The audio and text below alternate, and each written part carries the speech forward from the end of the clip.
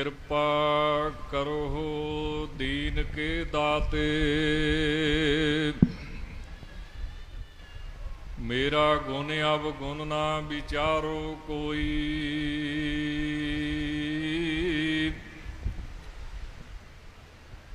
माटी का क्या धोपै स्वामी,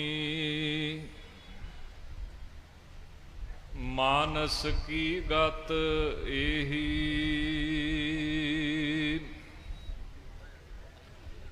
लेखै कतह ना छूटियै, खिन खिन भूलन हार।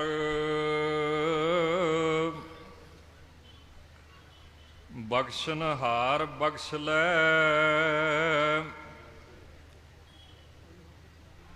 नानक पार उतार। परम सन्मान योग गुरु रूप खालसा साध संगत जीओ,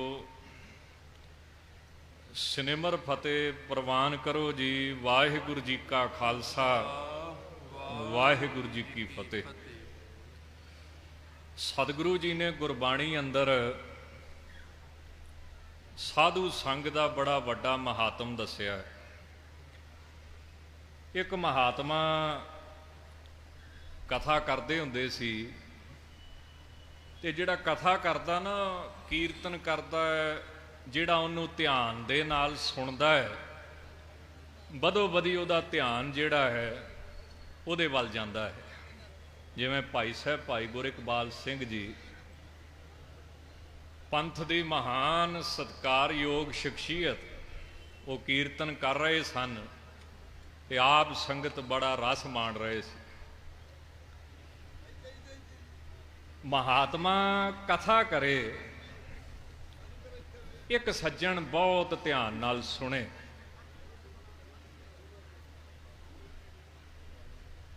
हुण जिहड़ा कथा करदा उहदे मन च इह हुंदा भी मैनूं सुणदा कौन है,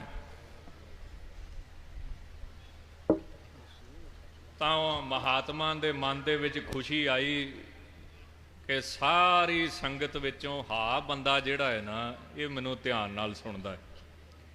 फिर उहदा निजम बहुत पक्का सी। वो 15 मिनट पहला आउंदा सी, 1 घंटा कथा होवे, 1.5 घंटा होवे, 2 घंटे होवे, वो नहीं सी उठदा। वो निजम दा पक्का सी। उन्हें मन दृढ़ कीता सी भी जो होना होना, पर कथा चों नहीं उठना। वो संतां दे मन दे विच प्रसन्नता आई भी इस सज्जण नूं सरूपा दईए। फिर हुंदा ही आ भी सारियां विचों मैनूं यही सुणदा है। तां किसी ने आख्या बाबा जी भी इन्ने खुश ना हो, ये कन्ना तो बोला वा। अच्छा, कहते मैं तो इन्ना खुश सी भी सब कुछ इनू देण नूं फिरदा। वो कहते नहीं, इन्नी फीलिंग ना लो, ये कन्ना तो बोला वा। कहते नहीं, मैनू नहीं यकीन आउंदा।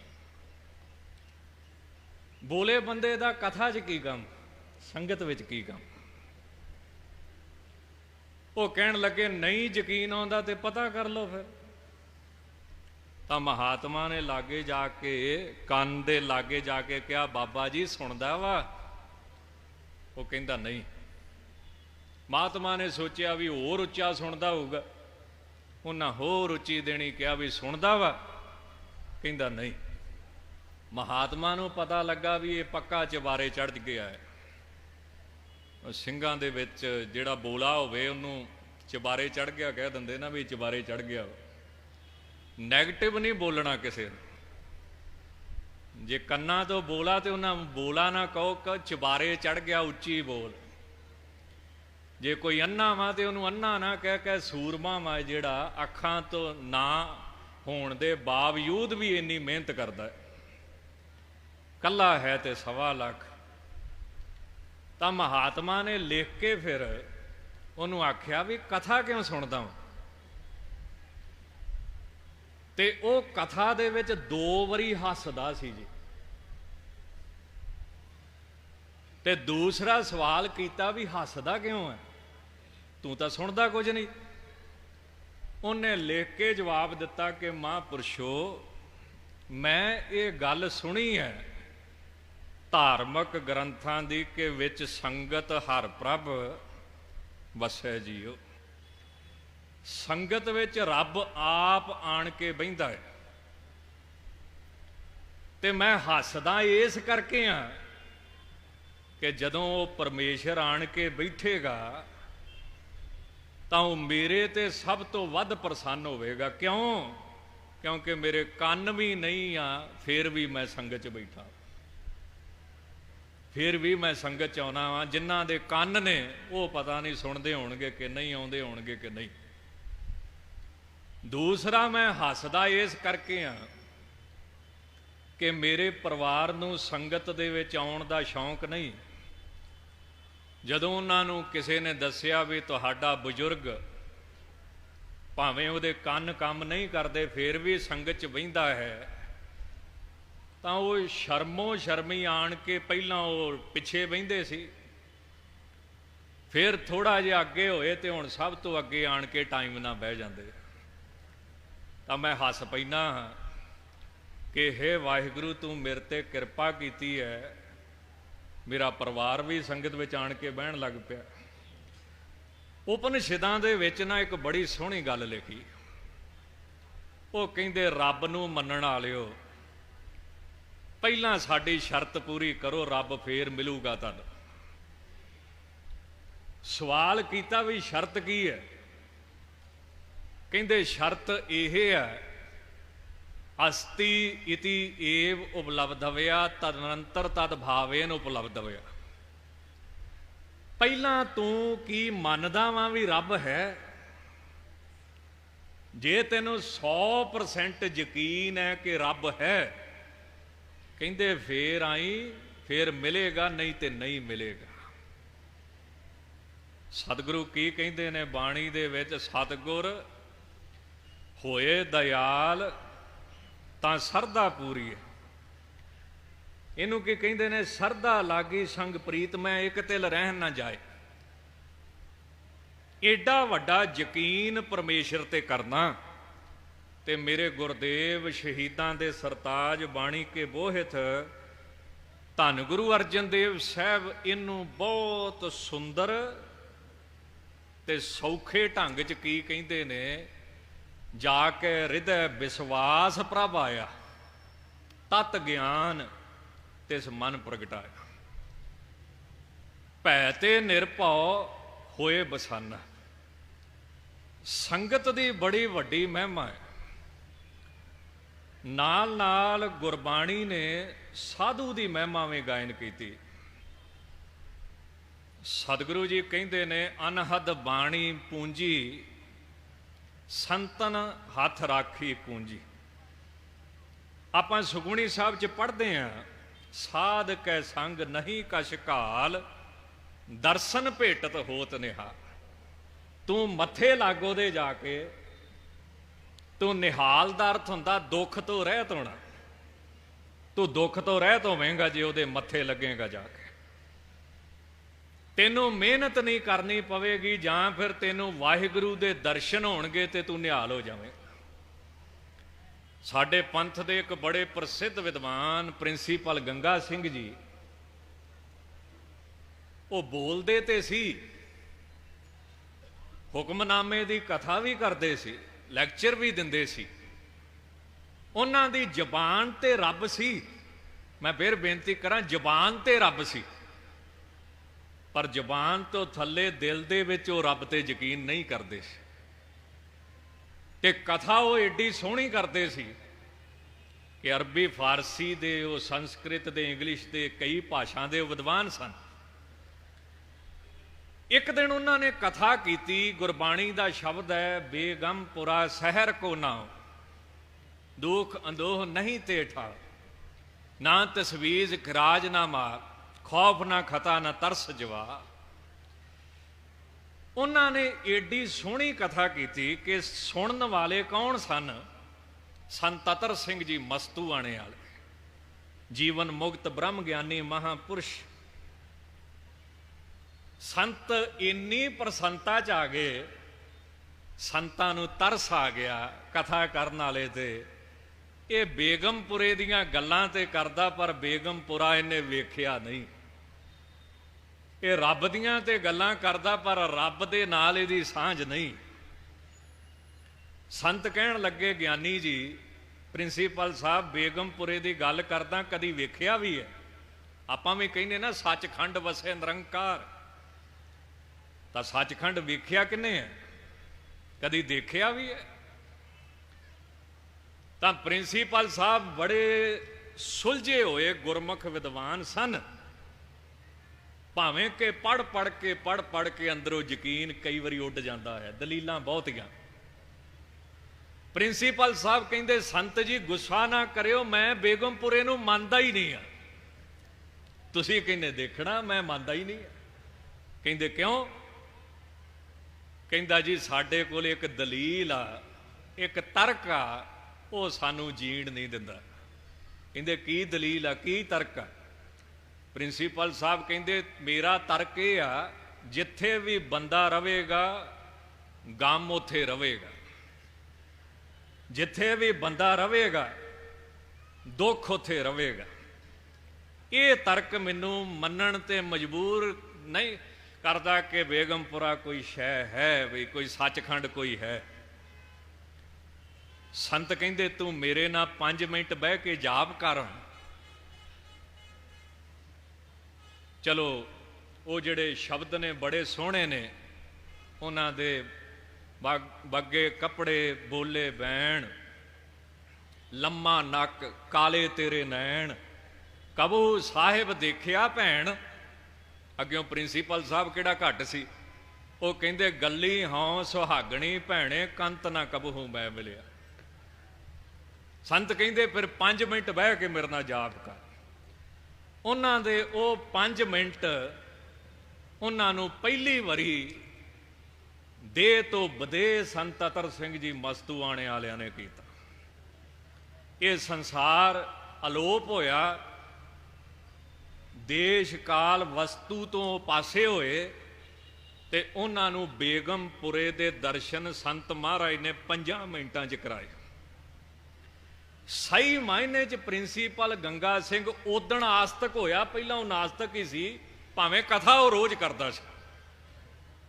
ਇਹਨੂੰ ਮਹਾਰਾਜ ਸੁਖਮਣੀ ਸਾਹਿਬ 'ਚ ਬਹੁਤ ਸੋਹਣਾ ਕਹਿੰਦੇ ਆ। ਮਹਾਰਾਜ ਕਹਿੰਦੇ ਸਾਧ ਕੈ ਸੰਗ ਨਹੀਂ ਕਛ ਘਾਲ, ਦਰਸ਼ਨ ਭੇਟਤ ਹੋਤ ਨਿਹਾਲ। ਅਰਦਾਸ ਬੇਨਤੀ ਕਰੇ, ਪਰਮਾਤਮਾ ਦੇਖ ਤੇ ਜਾਂਦਾ ਹੈ, ਪਰ ਉਹਦੇ ਵਾਸਤੇ ਕੁਝ ਸ਼ਰਤਾਂ ਪੂਰੀਆਂ ਕਰਨੀਆਂ ਪੈਂਦੀਆਂ। ਹੁਣ ਸਿੱਖ ਧਰਮ ਦੀ ਕੀ ਸ਼ਰਤ ਹੈ? ਕੀ ਤੂੰ ਗੁਰੂ ਧਾਰਨ ਕੀਤਾ ਹੈ? ਕੀ ਤੂੰ ਗੁਰੂ ਵਾਲਾ ਹੈ?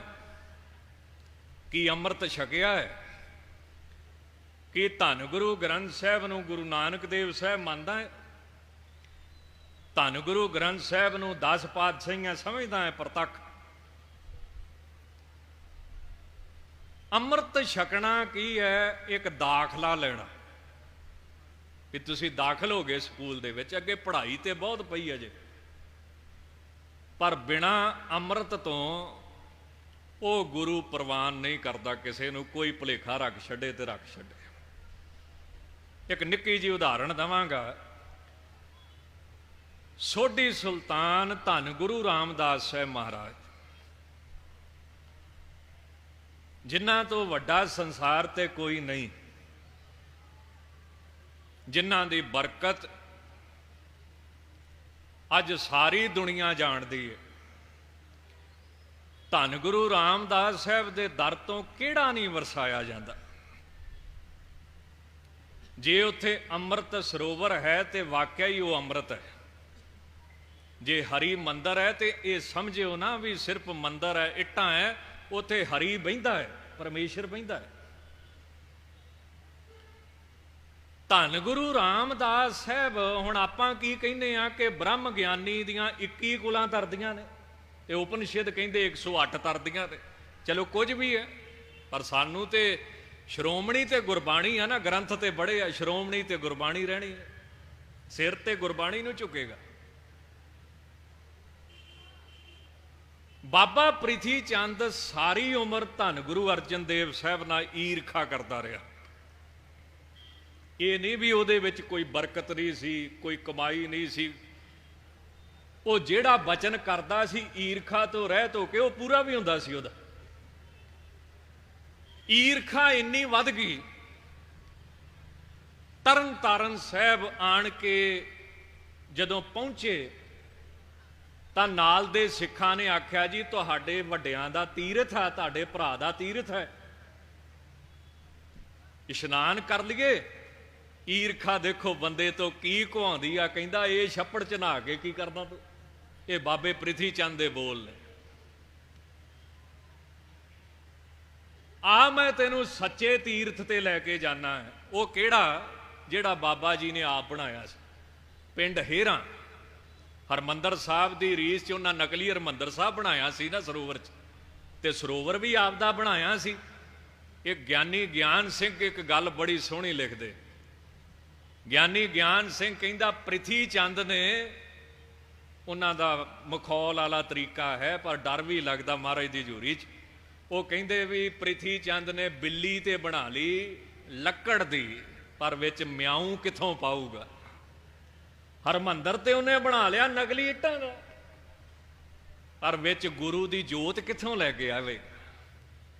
ਸਰੋਵਰ ਤੇ ਉਹਨੇ ਪੰਜਵੇਂ ਪਾਤਸ਼ਾਹ ਦੀ ਰੀਸ ਤੇ ਬਣਾ ਲਿਆ ਵਾ, ਪਰ ਸਰੋਵਰ ਵਿੱਚ ਬਰਕਤ ਕਿੱਥੋਂ ਆਊਗੀ? ਜਿਹੜੀ ਬਰਕਤ ਰਾਮਦਾਸ ਸਰੋਵਰ ਨਹਾਤੇ ਸਭ ਉਤਰੇ ਪਾਪ ਕਮਾਤੇ। ਤੇ ਇਹ ਸੱਚ ਹੈ, ਉਸ ਸਰੋਵਰ 'ਚ ਕੀੜੇ ਚੱਲੇ ਸੀ, ਉਸ ਸਰੋਵਰ 'ਚ ਬਾਬਾ ਪ੍ਰਿਥੀ ਚੰਦ ਜੀ। ਚਲੋ ਸ਼ਾਮ ਨੂੰ ਚੌਲ ਖਾਧੇ, ਦਹੀਂ ਖਾਧਾ, ਈਰਖਾ ਦੇ ਵਿੱਚ ਖਾਣ ਕਰਕੇ ਢਿੱਡ ਪੀੜ ਹੋਈ, ਤੇ ਪ੍ਰਿਥੀ ਚੰਦ ਨੇ ਆਪਣੇ ਮੁੰਡੇ ਨੂੰ ਆਖਿਆ ਵੀ ਮੇਰੀ ਮੌਤ ਦਾ ਸਮਾਂ ਆ ਗਿਆ। ਇਹ ਗੁਰਬਿਲਾਸ ਪਾਤਸ਼ਾਹੀ ਛੇਵੇਂ 'ਚ ਬੜਾ ਲੰਮਾ ਪ੍ਰਸੰਗ ਹੈ, ਮੈਂ ਸੰਖੇਪ 'ਚ ਬੇਨਤੀ ਕਰਾਂ। ਮੇਰਾ ਸਮਾਂ ਆ ਗਿਆ ਵਾ, ਤੇ ਮਰਨ ਲੱਗਿਆਂ ਵੀ ਉਹਨਾਂ ਦੀ ਈਰਖਾ ਨਹੀਂ ਮੁੱਕੀ। ਤੇ ਜੇ ਗੱਦੀ ਮੈਨੂੰ ਪ੍ਰਾਪਤ ਨਹੀਂ ਹੋਈ ਤੇ ਤੂੰ ਲੈ ਕੇ ਛੱਡੀ। ਇਹ ਉਹਨਾਂ ਨੇ ਬਚਨ ਆਪਣੇ ਪੁੱਤ ਨੂੰ ਅਖੀਰਲੇ ਸਮੇਂ ਮੈਸੇਜ ਦਿੱਤਾ ਵੀ ਪਹੁੰਚਾ ਦਿਓ ਉਹਨਾਂ ਪਾਸ। ਚਲੋ ਉਹਨਾਂ ਦਾ ਸਰੀਰ ਸ਼ਾਂਤ ਹੋਇਆ। ਮੈਂ ਮੁੱਕ ਦੀ ਗੱਲ ਕਰਾਂ। ਹੁਣ ਕਹਿੰਦੇ ਜਮਦੂਤਾਂ ਵਿੱਚ ਤੇ ਗੁਰਮੁਖਾਂ ਵਿੱਚ ਝਗੜਾ ਹੋ ਗਿਆ। ਇੱਥੇ ਆਓ ਹੁਣ ਤੁਸੀਂ। ਜਮਦੂਤ ਕਹਿੰਦੇ ਨੇ ਇਹਨੂੰ ਨਰਕਾਂ 'ਚ ਲੈ ਕੇ ਜਾਣਾ, ਗੁਰਮੁਖ ਕਹਿੰਦੇ ਨੇ ਨਹੀਂ ਗੁਰੂ ਦੀ ਅੰਸਾ, ਇਹਨੂੰ ਸੱਚਖੰਡ ਲੈ ਕੇ ਜਾਣਾ। ਅਖੀਰ ਫੈਸਲਾ ਨਾ ਹੋਇਆ। ਇਹ ਸਾਡੇ ਇਤਿਹਾਸ 'ਚ ਲਿਖਿਆ, ਇਹਨੂੰ ਤੁਸੀਂ ਸ਼ਰਧਾ ਨਾਲ ਸੁਣਿਓ। ਮੈਂ ਬੇਨਤੀ ਕੀਤੀ ਸੀ ਕਿ ਉਹ ਬੋਲਾ ਬੰਦਾ ਜਿਵੇਂ ਸ਼ਰਧਾ ਨਾਲ ਬੈਠਾ ਰਿਹਾ।